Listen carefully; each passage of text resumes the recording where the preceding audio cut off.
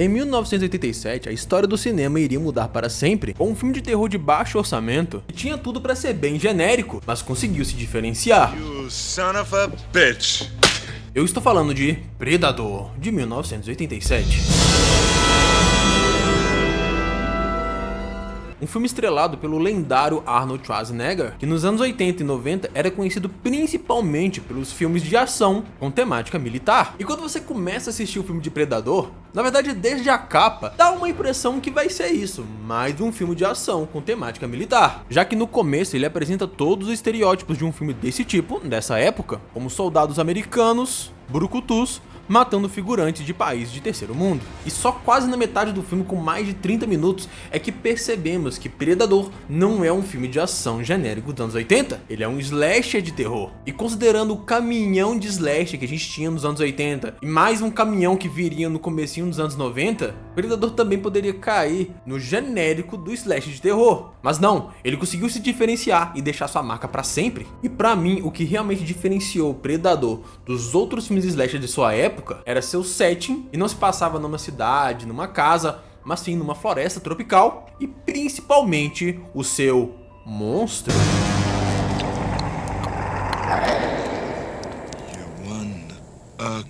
O Predador não era uma criatura obsessiva como Michael Myers, uma força de destruição descontrolada como o Jason Voorhees, e também ele não era uma criatura que se movia puramente pelo sadismo e pela crueldade como o Chuck ou o Fred. Olha que eu dei só alguns exemplos. Nos anos 80 a gente tem literalmente centenas de filmes com esses tipos de monstros ou pequenas variações desses monstros. O Predador era um ser extremamente inteligente, estratégico e pragmático. Ele caça suas presas, os humanos, com a mesma frieza e cuidado que uma pessoa pesca um peixe ou caça um tatu no meio do mato.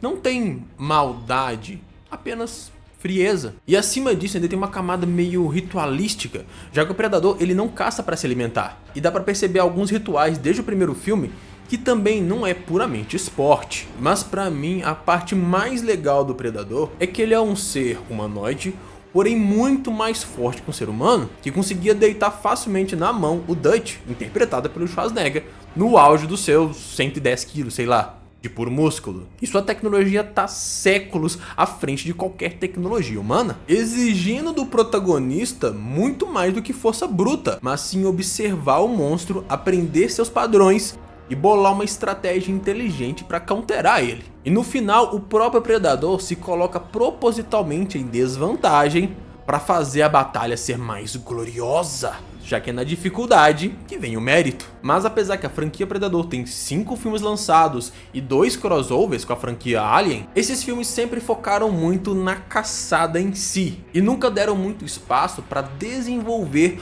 a lore de forma mais aprofundada dos predadores. Apesar que nesse ano o Predador Badlands, ou Terras Selvagens, está prometendo fazer isso, já que o foco vai ser em um predador e não em um humano. Mas voltando, a verdade é que a lore do universo de Predador sempre foi muito mais desenvolvida nos quadrinhos e nos livros. E é por isso que hoje eu queria trazer aqui pra vocês a origem secreta dos predadores, algo que nunca foi abordado em nenhum filme. E vamos aproveitar também para falar de sua cultura, como sua sociedade se organiza. Hoje, vamos falar de lore.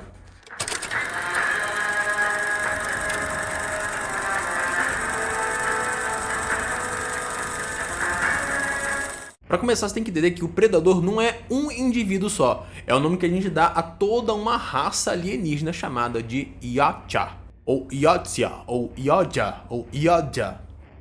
E como eu disse anteriormente, eles têm a caça como base de sua cultura e também de sua religião. E para eu contar para vocês a origem desse povo Yautja, a gente tem que voltar milhares de anos no passado, com uma raça ancestral dos Yautja, os Hishkutan. Eram os ancestrais dos Yautja e a aparência deles era muito semelhante, sendo apenas um pouco de estatura um pouco menor, um pouco mais fracos, bem mais primitivos e bem menos inteligentes. Comparando de maneira muito grosseira, é como se os Hishkutan fossem os Homo habilis, se comparado aos Yautja, que seriam os Homo sapiens, de maneira bem grosseira. Porém, em certo momento, o planeta dos Rish sofreu uma invasão de escala planetária por uma raça extremamente avançada insectoide chamada de Amenji. os Amenji massacraram os Rishi e subjugaram os sobreviventes sob seu domínio, fazendo dos Rishi escravos, comida, cobaia para experimentos bizarros, principalmente entretenimento. Os Rishi eram caçados constantemente por diversão e por esporte. Porém é dito que os longos séculos de vida fácil e mole, as custas do trabalho escravo e forçado dos Rishi, amoleceram os Amenji, principalmente suas forças de defesa e militares, fazendo com que eles não tivessem nenhuma chance contra um levante dos escravos Rishi. Um levante que foi organizado, liderado e orquestrado por Kale, um Rishi que era bem mais alto e bem mais inteligente do que os demais. Essa revolta foi extremamente sangrenta e brutal. Os Rishi praticamente exterminaram os seus captores e pagaram na mesma moeda. Eles escravizaram os poucos Amenji que sobraram. Os Rishi, agora libertos de seus captores, se apossaram, estudaram e adotaram todas as tecnologias avançadas dos Amenji, tornando a sua cultura uma mescla muito curiosa e interessante de um povo selvagem, extremamente brutal e até um pouco primitivo, porém possuindo uma tecnologia extremamente avançada. É dito que, inspirado nos costumes dos próprios Amenji, seus captores, os Rishi adotaram seus costumes de caça. Porém, para os Rishi, a caça não era apenas algo divertido ou um entretenimento, mas era algo extremamente importante, enraizado em sua cultura e sua religião. E no passado, dos milhares de anos, os Rishi acabaram evoluindo para os Yotia que a gente conhece hoje. Ah, pessoal, antes de a gente continuar, eu queria lembrar vocês de curtir o vídeo e se inscrever no canal. Não custa nada pra vocês e faz toda a diferença do mundo. E se couber no seu orçamento, se couber, considere se tornar um membro. A partir do valor de um cafezinho, você ajuda diretamente no desenvolvimento do canal e a manter o canal no ar. E se você for comprar qualquer coisa na Amazon, pode ser um livro de RPG ou mesmo um faqueiro, usa o meu link que tá aqui na descrição. Você não vai pagar nada mais por isso, mas um pedacinho do valor, ao invés de ir pros bolsos do Jeff Bezos, que não sabe onde mais enfiar dinheiro, vai vir pro pobre Kelvin aqui pra ele fazer a manutenção do sonho dele. Pra você não custa nada mais. Mas, vamos voltar pro vídeo. Mas como pode funcionar uma sociedade com características tão selvagens e primitivas, ao mesmo tempo que possuem uma tecnologia tão avançada? Bem, vamos falar um pouco sobre a cultura dos Yotia. Como eu disse anteriormente, a cultura deles é toda voltada para caça ritualística. E o valor de um indivíduo é medido pela sua capacidade de caçar, de sobrepor a oponentes poderosos. E para achar esses oponentes poderosos, eles são capazes de cruzar grandes distâncias pela galáxia, muitas vezes enfrentando esses oponentes em seus habitats naturais, ou mesmo sequestrando eles e jogando eles em grandes planetas reserva para servir como campo de caça. E falhar ou ser derrotado em uma caçada é uma das maiores desonras possíveis. Esses indivíduos podem acabar sendo exilados ou até mesmo mortos pelo seu próprio clã. E uma maneira honrada de se redimir de um fracasso é cometendo suicídio honroso, o harakiri, como os samurais faziam antigamente. E para um Yotia ser considerado um verdadeiro Yotia, parte de um clã, ele tem que seguir um estrito código de honra, que dita o que pode e o que não pode durante uma caçada e mesmo na convivência em sociedade. Mas obviamente que nem todo Yotia vai seguir esse código de honra. Esses indivíduos que não seguem o código de honra Yotia são considerados renegados. Basicamente Yotias sem honras, que não são aceitos nem mesmo pelos seus, e geralmente eles são condenados à morte pelo seu próprio clã. Uma coisa que os filmes não mostram é que os Yotia têm nomes individuais, nomes próprios mesmo, como o Dachshund, Tshinde, Skente. E a sociedade dos Yotia se organiza em rankings ou castas. Geralmente essas castas ou rankings são determinados a partir da capacidade de caça do indivíduo.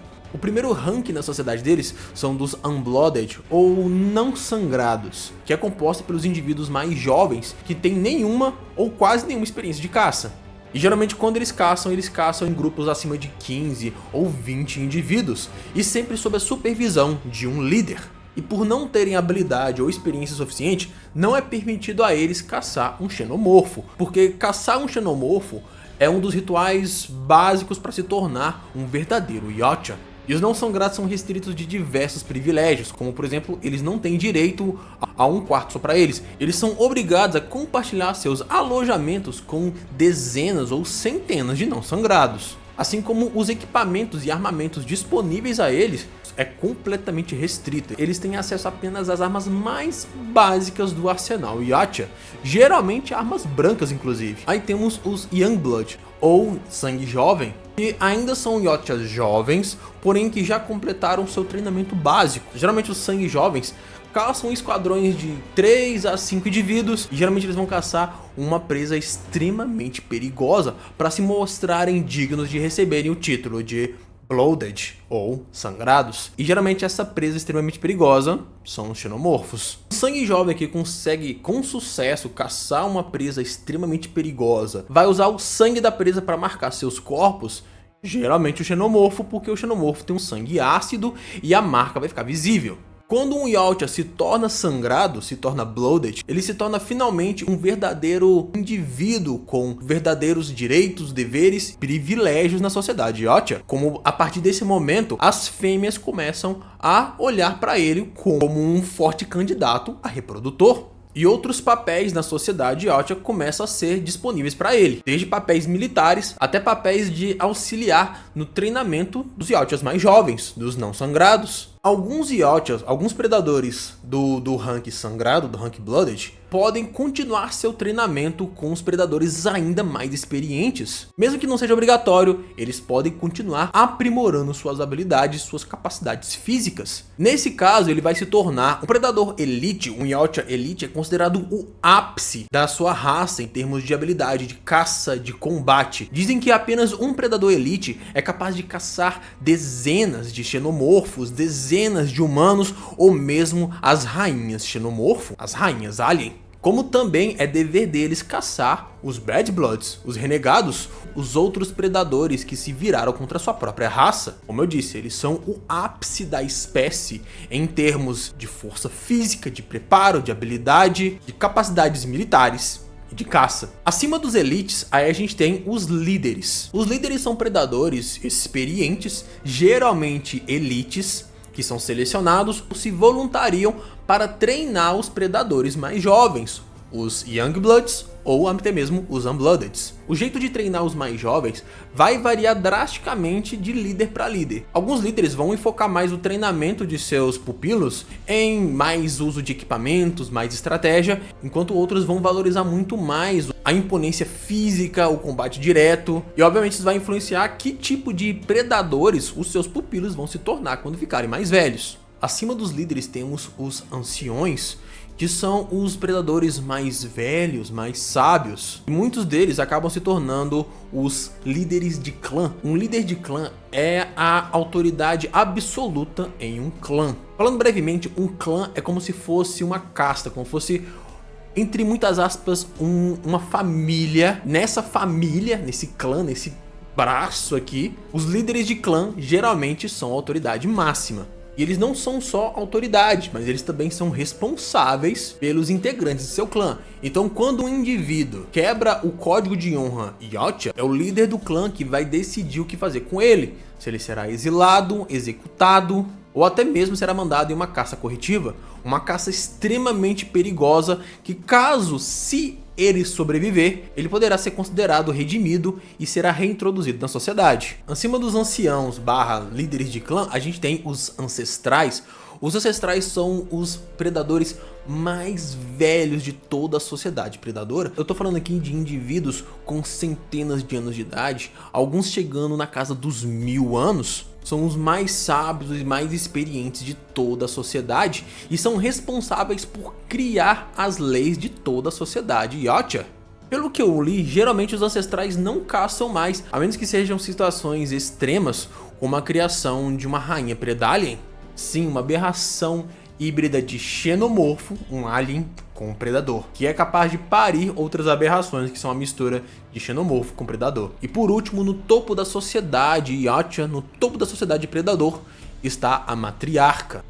Sim, a sociedade dos predadores é matriarcal. Antes de falar da matriarca, eu quero explicar brevemente os papéis das fêmeas e dos machos na sociedade Yautja, na sociedade predador. Os machos estão constantemente viajando para caçar, seja por glória, seja para atrair a atenção das fêmeas, seja para reproduzir, enfim, ele tá sempre caçando para se provar como um fodão e fazer nheco-nheco com as mulheres, beleza?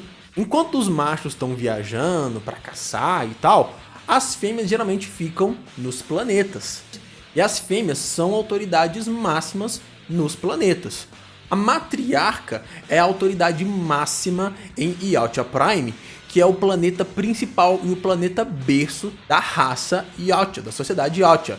A matriarca é uma fêmea mais velha, muito inteligente e tal. Ela é o poder máximo no planeta de Yautja Prime, que é o planeta principal, e por consequência em todos os outros planetas. De certa forma, elas são o equivalente do líder de clã. Só que a autoridade do líder de clã vale fora dos planetas. Vale para qualquer Yautja que não esteja em um planeta Yautja. A partir do momento que o líder de clã pisa em um planeta predador, ele tá sob o comando e autoridade de uma matriarca. Então, resumindo, tá num planeta predador, as mulheres que manda. Saiu do planeta, é os homens que manda.